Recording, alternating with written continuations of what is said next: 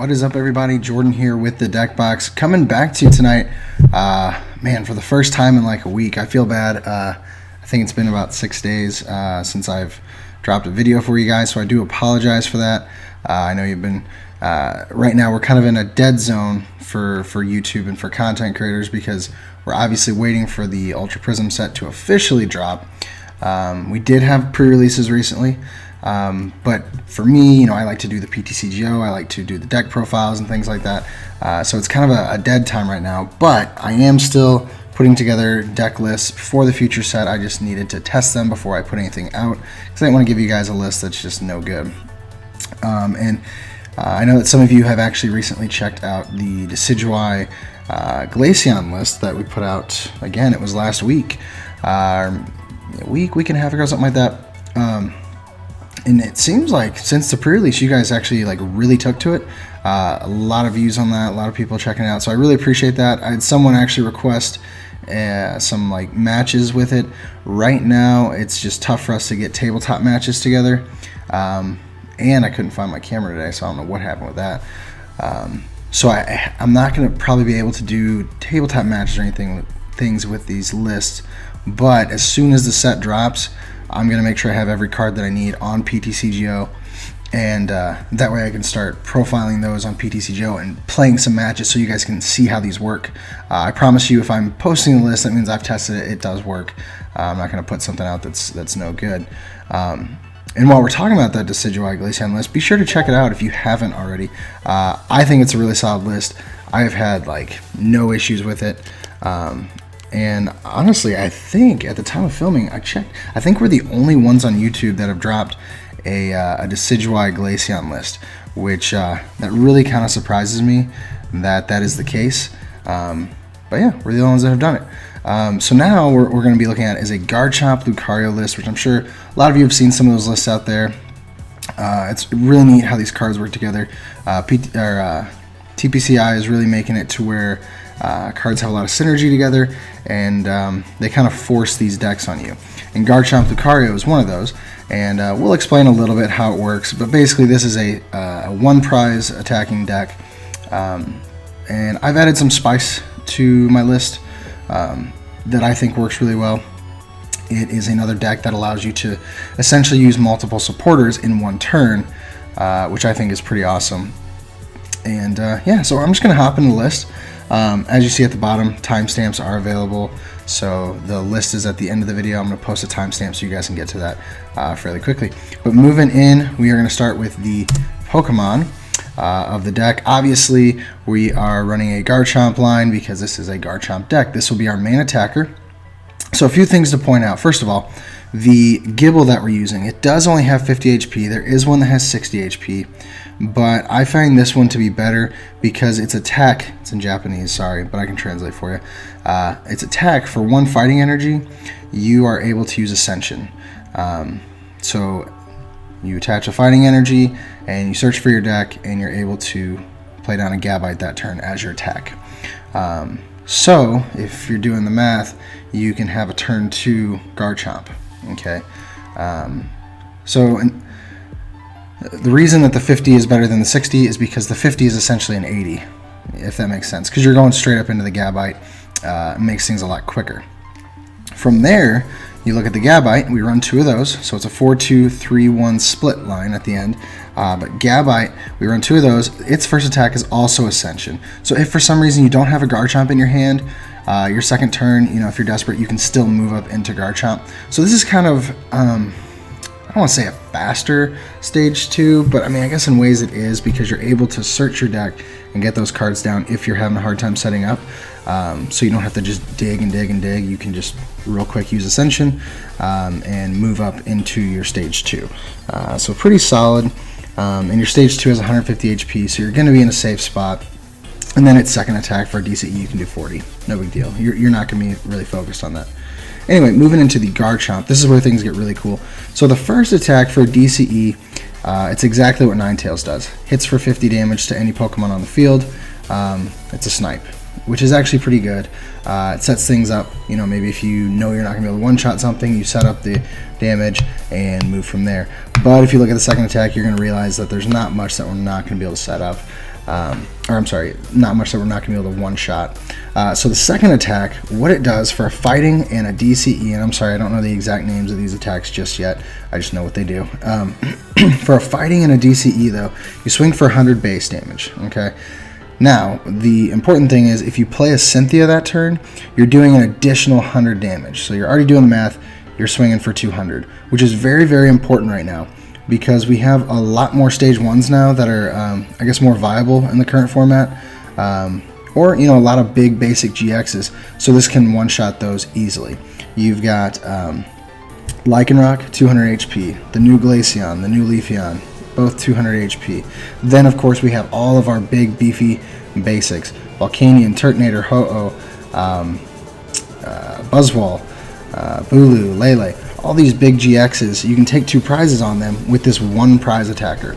And I think that's what's the most important part about this. I think if you look at decks like Greninja, that's one of its strengths. It's one prize attacker with great HP.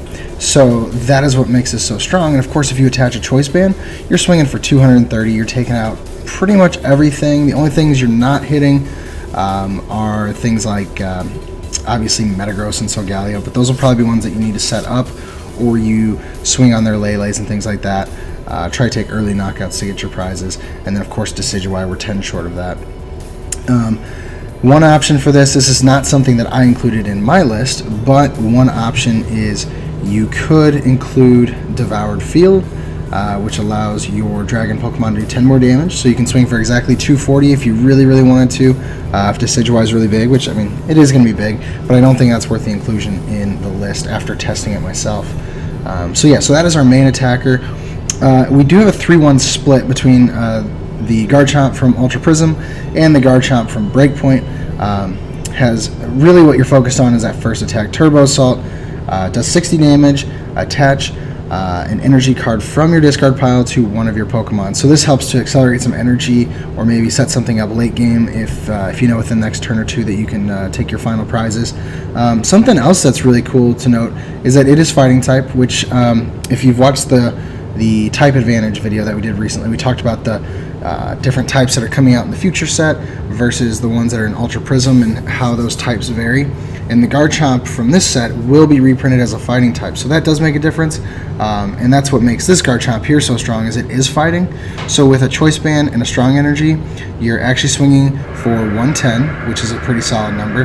But obviously if you hit weakness on something like a Zoroark, you one-shot it, and you're able to attach an energy. So it can just really add up really quickly. But that's the main attack you're looking at with that Garchomp. The final thing to note about these Pokemon, which is just absolutely amazing, is both of these Garchomps have free retreat, which is awesome. For a Pokemon that's so tanky that can hit for such good damage, having free retreat is very, very important. It allows you to preserve these Pokemon for as long as you need to, and switch in and out of attackers. You know, maybe if you have one that's damaged, you don't want to be knocked out, you switch out. So it's just really neat. You can have a lot of freedom with that. Moving on to the next part, this is where things get, I think they get really cool. So we run a 2-2 Lucario line. And so what this Lucario does, it's really neat. If you have a Garchomp in play, then this Lucario gets to go into your deck, pick any card at once. Just one card. You don't have to discard, nothing like that. You just get to go straight in and search for whatever card you want. So because you're able to just search for whatever card you want, you can do a multitude of things. You can search for your Cynthia that you need to attack, which is probably what you're going to use this for a lot of times. You can search for a rare candy to set up a second Garchomp.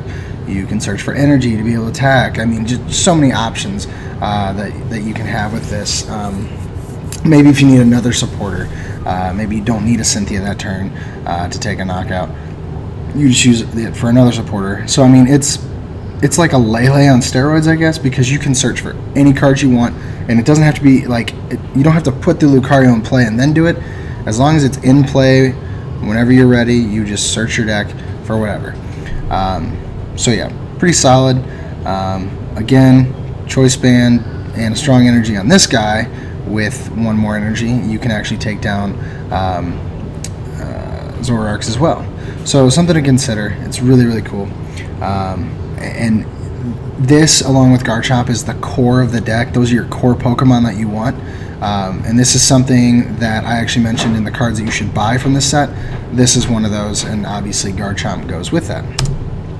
Next, so this is one of the spicy techs, I guess, that I had mentioned, and actually a friend of mine that I test with, League, Matt, thank you for helping me with this. He actually helped me a lot with this list. He and I talked about including Lycanroc GX because we wanted to add the inherent strength of using multiple supporters. Now, if you've seen the video that Erica did about our list that we used in Memphis, the whole key was we got to use 3 supporters, quote unquote. And what that was is Zoroark's draw ability, Lycanroc's gust ability, and then any other supporter that we wanted. So we could Bloodthirsty Eyes, we can dig for some cards with Zoroark, and then we can Sycamore or N or whatever. So we wanted to add that to this, and that was one of the issues that I saw when I first saw the deck is you need to play Cynthia to do what you need to do. So I'm like, well, I'm not going to be able to take like an awesome knockout if they're trying to protect something because I can't Gizmo it, because then I'm only swinging for 100. So the alternative was play 1/1 line of Lycanroc. If they decide to knock out my Rockruff, that's fine. That means they didn't touch my Garchomp. They brought something big out, and I'm going to take it out with my Garchomp the next turn. Like, it always works out. It's never really caused me any issues only running a 1/1 line.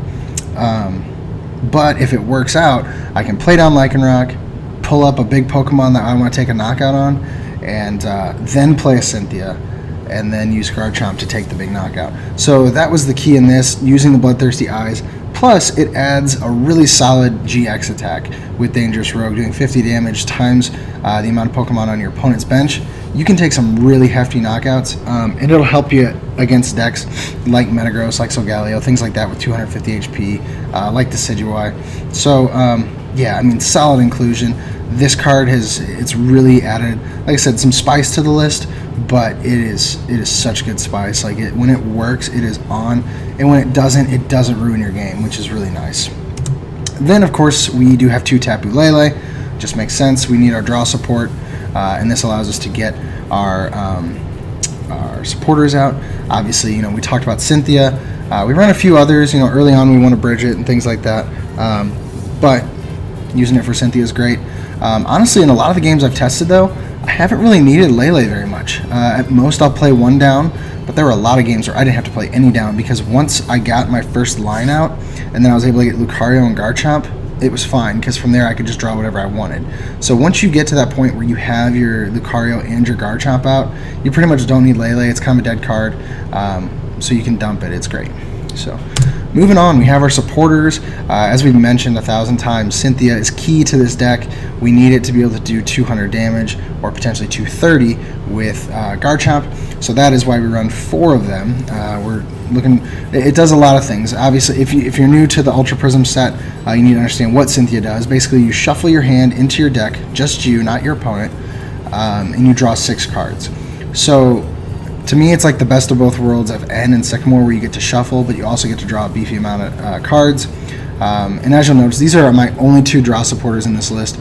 9 times out of 10, you're going to want to use Cynthia as your supporter. So there's no point in playing a Sycamore, because we don't want to dump anything, and we're probably not going to use it much anyway, which is also why we only play 2 N. So the whole point is to use Cynthia as much as possible.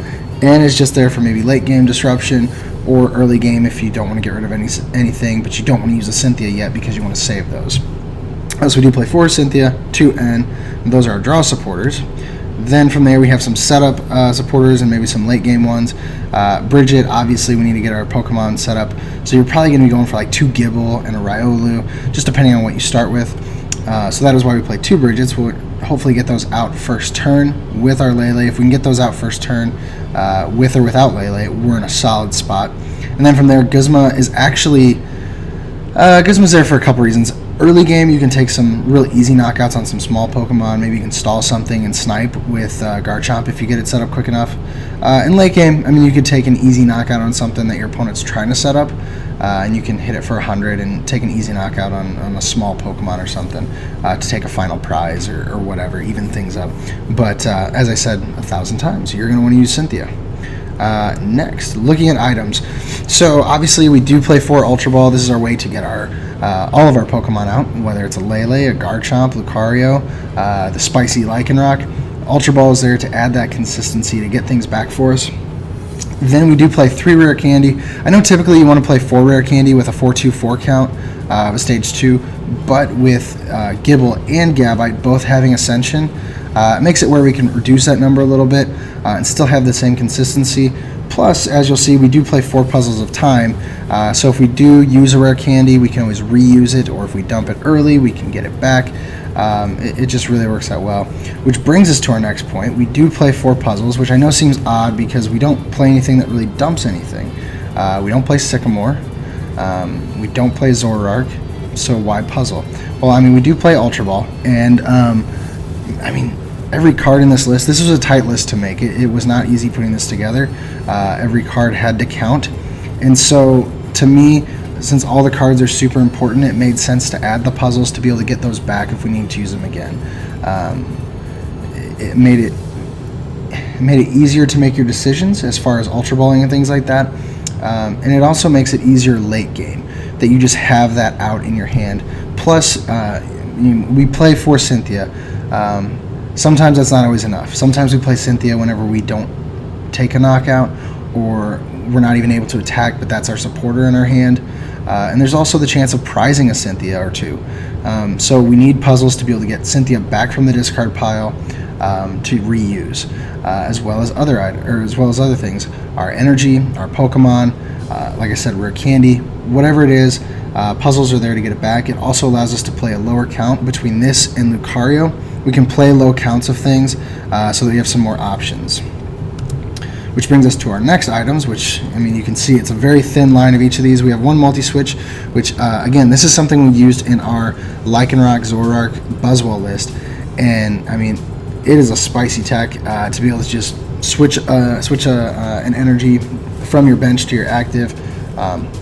You can do surprise attacks with Lycanroc this way.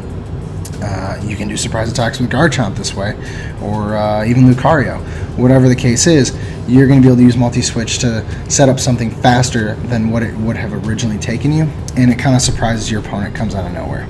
Next, we have 2 Pal Pad. This is something that has been reprinted from Flashfire, I believe. And basically, you take 2 of your supporters from your discard pile and shuffle them into your deck. And if you're smart, you see where this is going.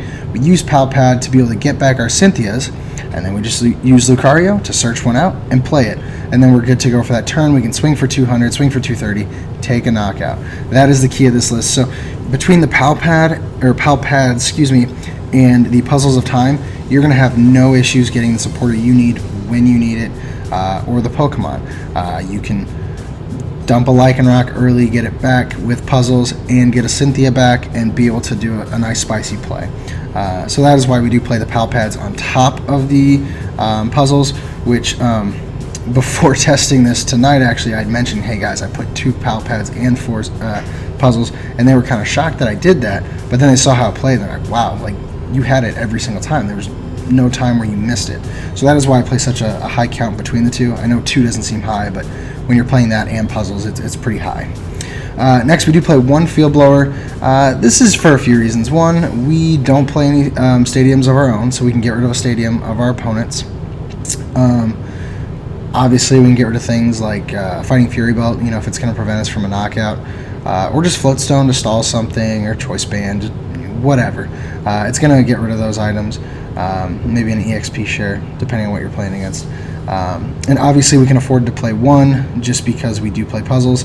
And that 1 also is there for the odd chance that we come across a, I'm forgetting the name already, a Garbodor list, which we haven't seen a ton of, but it is cropping up a little bit more. So we don't want them to be able to shut down Lycanroc, or to be able to shut down Lucario. We want that ability online. So if we could Field Blower, Floatstone off of a Garb, we're in a good spot. And then, alright, sorry, froze up for a second. So we then have our tools. we run 4 Choice Band. This is just to make sure we can hit that 230 number, or if we pair it with Lycanroc versus GX Attack, we can hit solid numbers to take big knockouts. And then 1 Float Stone. Really, the Float Stone is just there in case we get a Lucario stuck in the active or a Lycanroc. That's really the only reason, or I guess a Lele. But again, we only play 1. That's fine if it gets blown away. We have our puzzles. We can get it back. That way we can get out of those tight spots when we need to. So just those 5 tools. From there we have our energy count. So we run 4 DCE, 2 strong energy, and then 6 fighting energy. So obviously Garchomp cannot take the strong energy. Garchomp is not a fighting Pokemon yet. Next set he will be, and this will be awesome with that. But the strong energy is there for a couple reasons. 1, we can use Lycanroc. He can take some solid knockouts. 2, we have the Garchomp from Breakpoint, which with 1 strong energy and a Choice Band knocks out a Zoroark. So that's why we play that. And then of course if you really need to attack with Lucario, if you're in a tight spot, you can. You're not really going to want to though. It's either going to be Garchomp from Breakpoint or Lycanroc that you're going to want to put the strong energy on to hit for some solid numbers. And then of course we have the 6 fighting energy because you're going to use that for your Garchomp from Ultra Prism combined with a DCE to swing for 200, 230. So really solid counts there. And then closing it out, this is the list here, guys.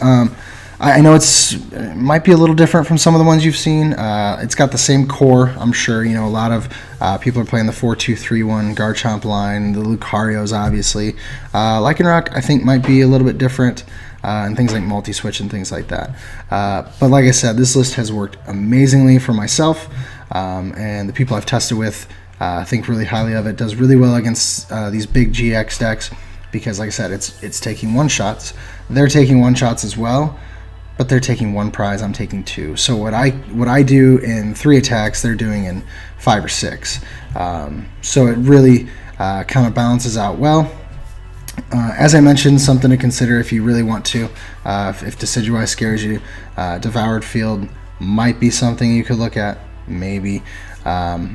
And possibly something I considered was upping the Lucario line or the Lycanroc line as well to be able to up the chance of being able to use that. But this is kind of the list that I came to after testing both of those, or actually all 3 of those options. This was the one that really worked the best for myself, but that might not be your playstyle. So test out those options. Let me know what you think. Maybe you have tested this list. Maybe you've got some spice of your own that you like to use in your list. Maybe you could share it with us, and we might be able to give it a try once everything drops on PTCGO, and have a little bit of fun with it. But guys, thank you so much for checking this list out with me.